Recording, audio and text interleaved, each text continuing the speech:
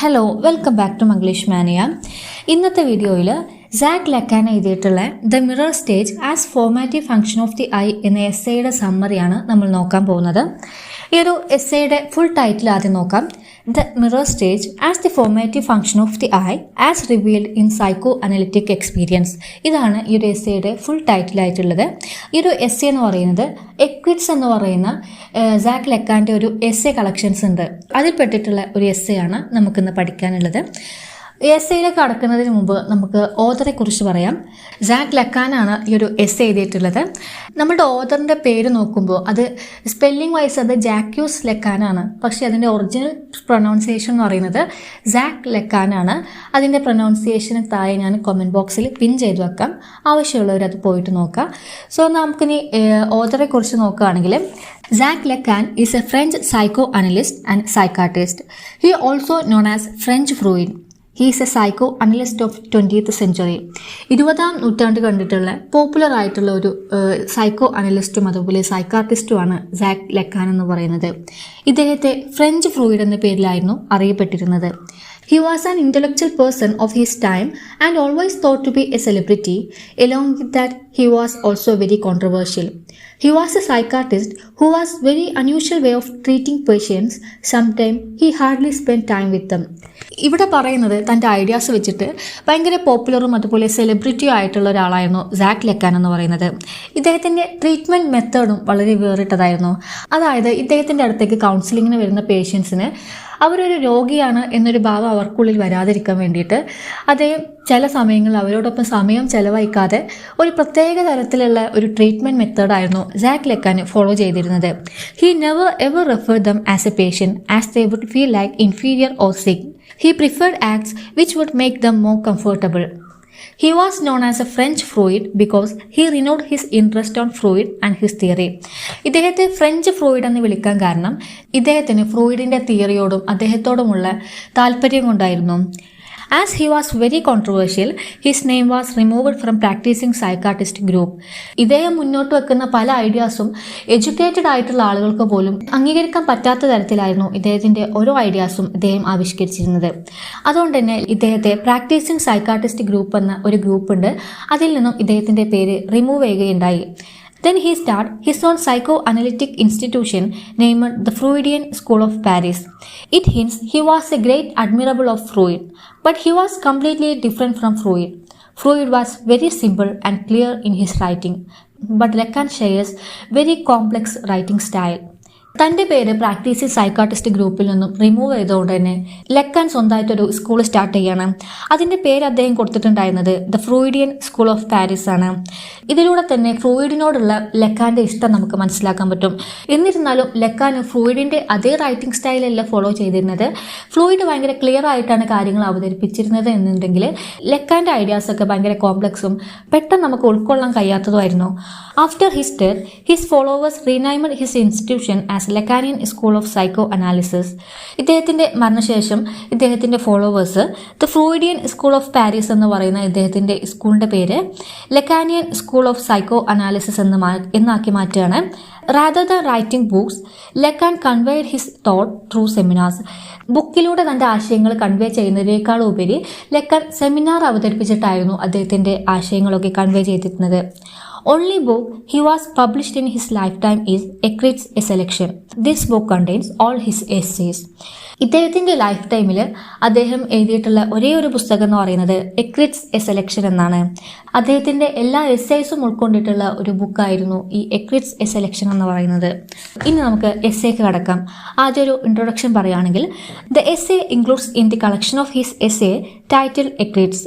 The essay originally written in French language and it was translated by Alan Sheridan. എക്രിറ്റ്സ് എന്ന് പറയുന്ന ലക്കാൻ്റെ ഒരു essay കളക്ഷനിലുള്ള ഒരു essay ആണ് നമുക്കിന്ന് പഠിക്കാനുള്ള the mirror stage as formative function of I എന്ന് പറയുന്നത്. The essay originally written in French language and it was translated by Alan Sheridan. ഇതിൻ്റെ ഒറിജിനൽ വേർഷന് ഫ്രഞ്ച് ലാംഗ്വേജിലാണ് എഴുതിയതെന്നുണ്ടെങ്കിലും അലൻ ഷെറിഡൻ ഇതിനെ ഇംഗ്ലീഷിലേക്ക് ട്രാൻസ്ലേറ്റ് ചെയ്തു. This is actually his second version of seminar on the topic of mirror stage. In an earlier version, that is 13 years ago, he had actually delivered a lecture based on mirror stage.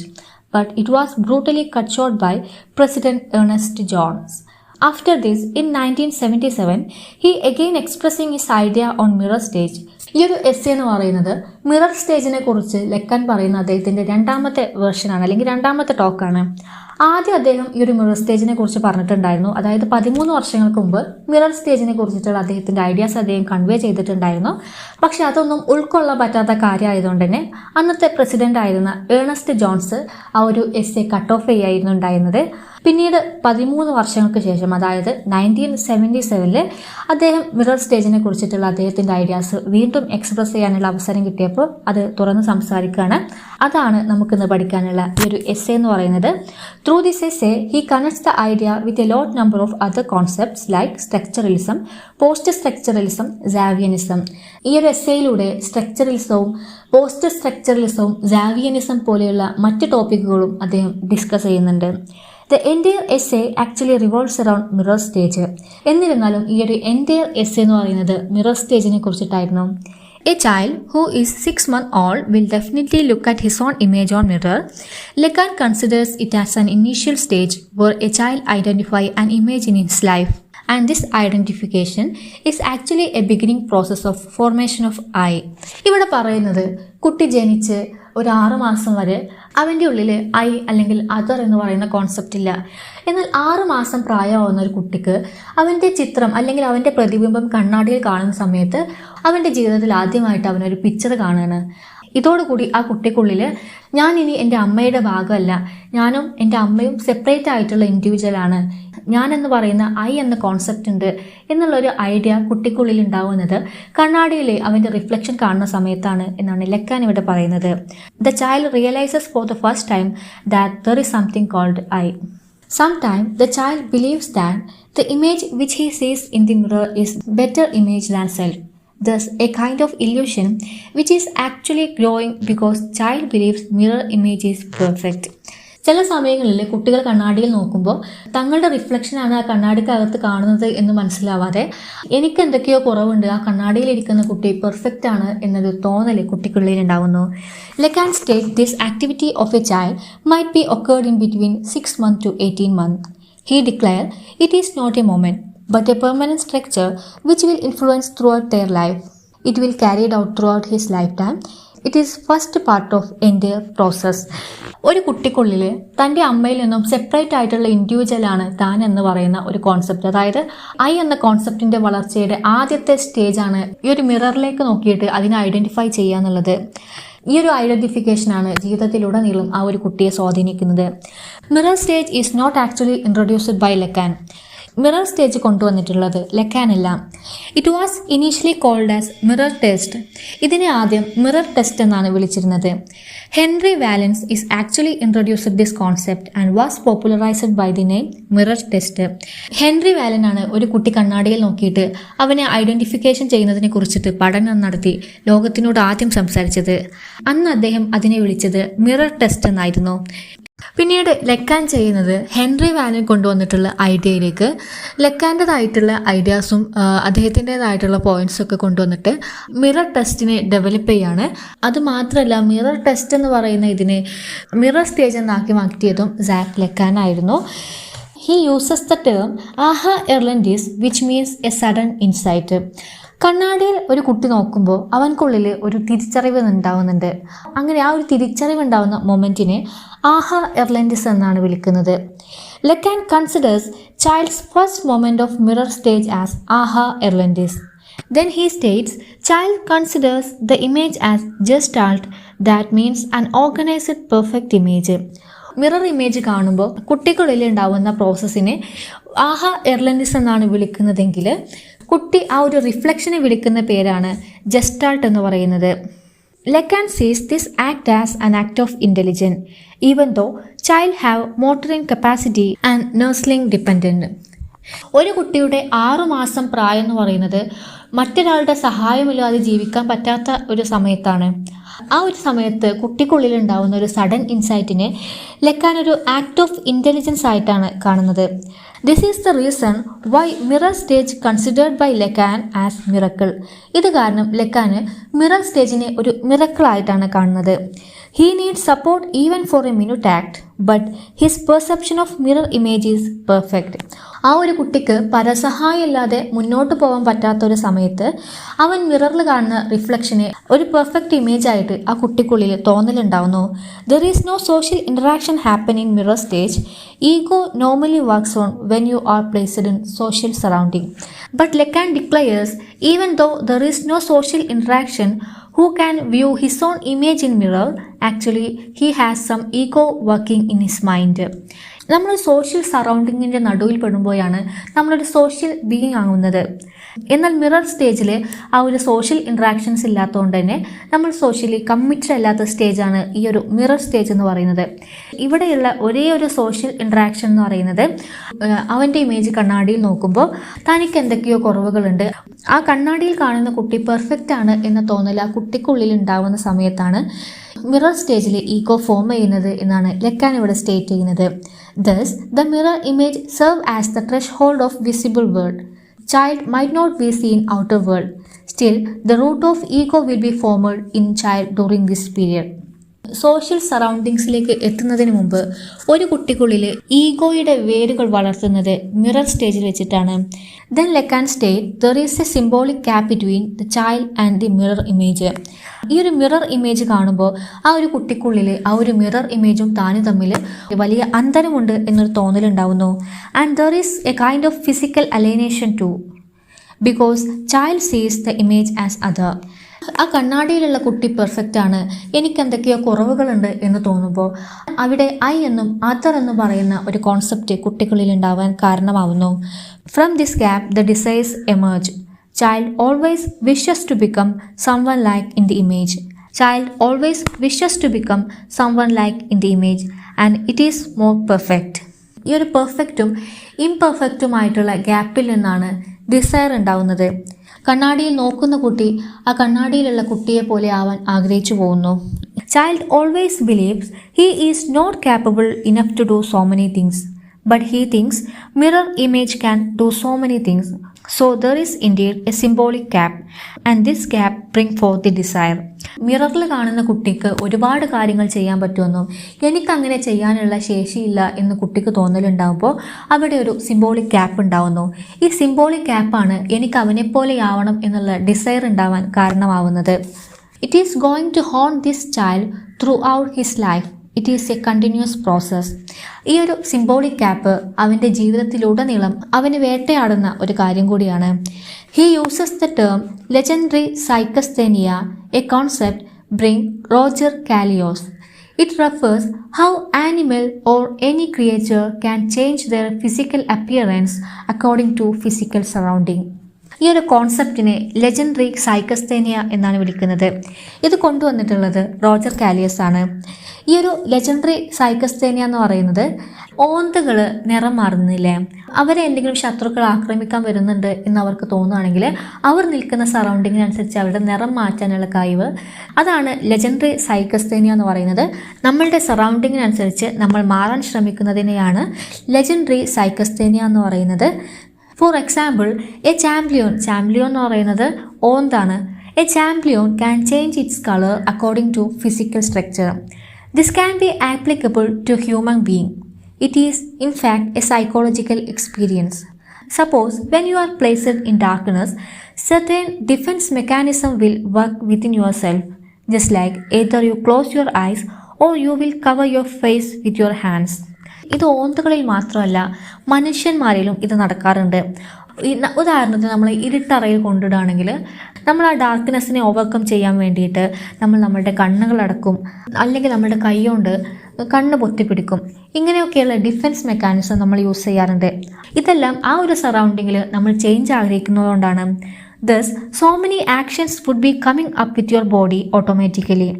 According to Lacan, all these activities are influenced by mirror stage. Lacan പറയുന്നത് ഈ ഒരു activities ഒക്കെ നമ്മൾ ചെയ്യാൻ കാരണം mirror സ്റ്റേജിൻ്റെ influence കൊണ്ടാണ്. Man has always an organic insufficiency in natural reality, or man is not sufficient throughout his life. മനുഷ്യന്മാർക്കൊരു സ്വഭാവമുണ്ട്, നമുക്ക് എത്ര ഉണ്ടെങ്കിലും അതിലൊന്നും നമുക്ക് സാറ്റിസ്ഫാക്ഷൻ ഉണ്ടാവില്ല. നമ്മൾ വീണ്ടും വീണ്ടും എക്സ്പ്ലോർ ചെയ്യാനാണ് ആഗ്രഹിക്കുന്നത്. അതുകൊണ്ട് തന്നെ നമ്മളുടെ ജീവിതകാലം മുഴുവനും നമുക്ക് എന്തൊക്കെയോ ഇല്ലാത്ത പോലെയാണ് ഒരു മനുഷ്യന് ഫീൽ ചെയ്യുന്നത് എന്നാണ് ലക്കാൻ ഇവിടെ പറയുന്നത്. Mirror stage establishes the relation between an orgasm and its reality. Mirror സ്റ്റേജിൽ നമുക്ക് രണ്ട് കാര്യങ്ങളാണ് കാണാൻ പറ്റുന്നത്, ഒരാളുടെ എക്സ്പെക്റ്റേഷനും അതിൻ്റെ റിയാലിറ്റിയും. Sometimes the mirror image is just become an ideal image whereby the child wishes to become. Mirror image എന്ന് പറയുന്നത് ഒരു കുട്ടിയെ സംബന്ധിച്ചിടത്തോളം അവൻ്റെ ഐഡിയൽ ഇമേജാണ്, അല്ലെങ്കിൽ അവൻ അങ്ങനെ ആവണം എന്ന് ആഗ്രഹിക്കുന്ന ഒരു കാര്യമാണ്. He uses the term futilization, which means intra-organic mirror. That means behavior of child which would be identified in adults. ഇവിടെ മിറർ ഇമേജിൻ്റെ ഇൻഫ്ലുവൻസ് ഒരു ചൈൽഡിൻ്റെ അഡൾട്ട് പീരീഡിലും അവനെ ഇൻഫ്ലുവൻസ് ചെയ്യുന്നുണ്ട്. ഈ ഒരു പ്രോസസ്സിനെ ഫ്യൂട്ടിലൈസേഷൻ എന്നാണ് വിളിക്കുന്നത്. Thus, there is a very strong influence in mirror image in human beings. Mirror stage is a stage which takes you from insufficiency to anticipation.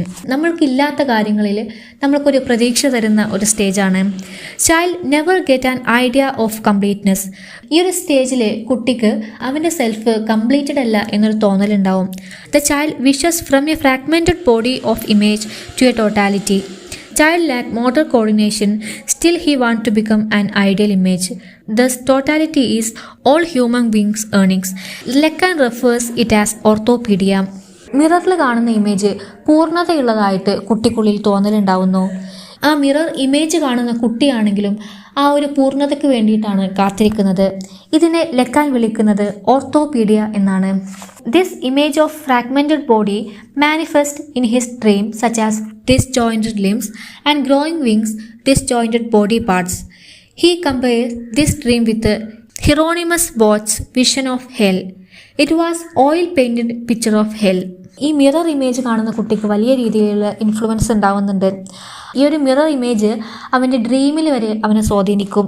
ഈ ഒരു പ്രോസസ്സിനെ ലക്കാൻ കമ്പയർ ചെയ്യുന്നത് ഹിറോണിമസ് ബോച്ചിൻ്റെ വിഷൻ ഓഫ് ഹെല്ലാണ്. ഹെല്ലിൻ്റെ ഒരു പേടിപ്പെടുത്തുന്ന പോർട്രേറ്റ് ആയിരുന്നു ഹിറോണിമസ് ബോച്ചിൻ്റെ വിഷൻ ഓഫ് ഹെൽ എന്ന് പറയുന്ന portrait. അതുപോലെ ഈ ഒരു മിറർ ഇമേജിൻ്റെ സ്വാധീനം കൊണ്ട് കുട്ടി പല രീതിയിൽ പേടിപ്പെടുത്തുന്ന സ്വപ്നങ്ങൾ കാണുമെന്നാണ് ലക്കാൻ ഇവിടെ സ്റ്റേറ്റ് ചെയ്യുന്നത്. He also mentions defence mechanism suggested by doctor of Freud, Anna Freud. He says that there are two types of eye. One is specular eye and second one is social eye. ഇനി അടുത്തതായിട്ട് ലക്കാൻ രണ്ട് തരത്തിലുള്ള ഐയിനെ കുറിച്ച് പറയുന്നു. ഒന്ന് specular I, വലുതാവുമ്പോൾ ഇങ്ങനെ ആവണം എന്ന് ആഗ്രഹിക്കുന്നതിനെയാണ് സ്പെക്കുലർ ഐ എന്ന് പറയുന്നത്. രണ്ടാമത്തേതാണ് സോഷ്യൽ ഐ, ഒരു സൊസൈറ്റിക്കകത്തുള്ള ഞാൻ എങ്ങനെയാണ്, അതായത് ഒരു സൊസൈറ്റി ഒരു ഇൻഡിവിജ്വലിനെ എങ്ങനെ നോക്കിക്കാണുന്നു എന്നതിനെയാണ് സോഷ്യൽ ഐ എന്ന് പറയുന്നത്. It is having the properties of mirror. It means he want to become someone like the mirror image. It is our expectation. Specular എന്ന് പറയുന്നത് നമ്മളുടെ ഊഹമാണ്. മിറർ ഇമേജ് കാണുമ്പോൾ നമ്മൾ അങ്ങനെ ആകണം എന്നാഗ്രഹിക്കുന്ന എക്സ്പെക്റ്റേഷനെയാണ് സ്പെക്കുലർ ആയി എന്ന് പറയുന്നത്. ഇനി സോഷ്യൽ ആയി നോക്കുകയാണെങ്കിൽ the real identity of child in society. The process of becoming A perfect image is very gradual. Thus the process is known as infantile transitivism. It is the process of change, how child change and how child going through the process of formation of I. ഒരു സൊസൈറ്റിക്കകത്ത് നിൽക്കുന്ന കുട്ടികൾക്കുള്ളിൽ ഉണ്ടാവുന്ന മാറ്റങ്ങളും അവൻ്റെ ഉള്ളിൽ ഞാൻ എന്ന ഭാവം ഉണ്ടാവുന്ന പ്രോസസ്സിനെയാണ് ഇൻഫാൻറ്റൈൽ ട്രാൻസിറ്റിവിനിസം എന്ന് വിളിക്കുന്നത്. This term introduced by Charlotte Bühler. ഈ ഇൻഫാൻറ്റൈൽ ട്രാൻസിറ്റിവിനിസം ഇൻട്രൊഡ്യൂസ് ചെയ്തിട്ടുള്ളത് ചാർലറ്റ് ബോഹ്ലർ ആണ്. Lacan conclude his essay by stating that identity formation should be understood in the light of surroundings. ഒരു കുട്ടിയുടെ ഐഡൻറ്റിറ്റി ഫോം ചെയ്യുന്നത് social സറൗണ്ടിങ്ങിൽ എത്തുമ്പോഴാണ്. Throughout the essay Lacan try to prove that mirror stage has got very strong influence in the formation of selfhood. ഒരു മനുഷ്യനെ അവൻ്റെ സെൽഫ്ഹുഡ് ഫോർമേഷന് വേണ്ടി സഹായിക്കുന്ന ഒരു വലിയ പ്രോസസ്സാണ് മിറർ സ്റ്റേജിൽ നടക്കുന്നത് എന്ന് പറഞ്ഞിട്ടാണ് ഈ ഒരു എസ്സേ ലക്കാൻ കൺക്ലൂഡ് ചെയ്യുന്നത്. സോ ഇതാണ് ഈ ഒരു എസ്സേയുടെ ഓൾ ഓവർ സമ്മറി എന്ന് പറയുന്നത്. വീഡിയോ ഇഷ്ടമായാൽ സബ്സ്ക്രൈബ് ചെയ്ത് സപ്പോർട്ട് ചെയ്യാം. Thanks for watching Manglish മാനിയ.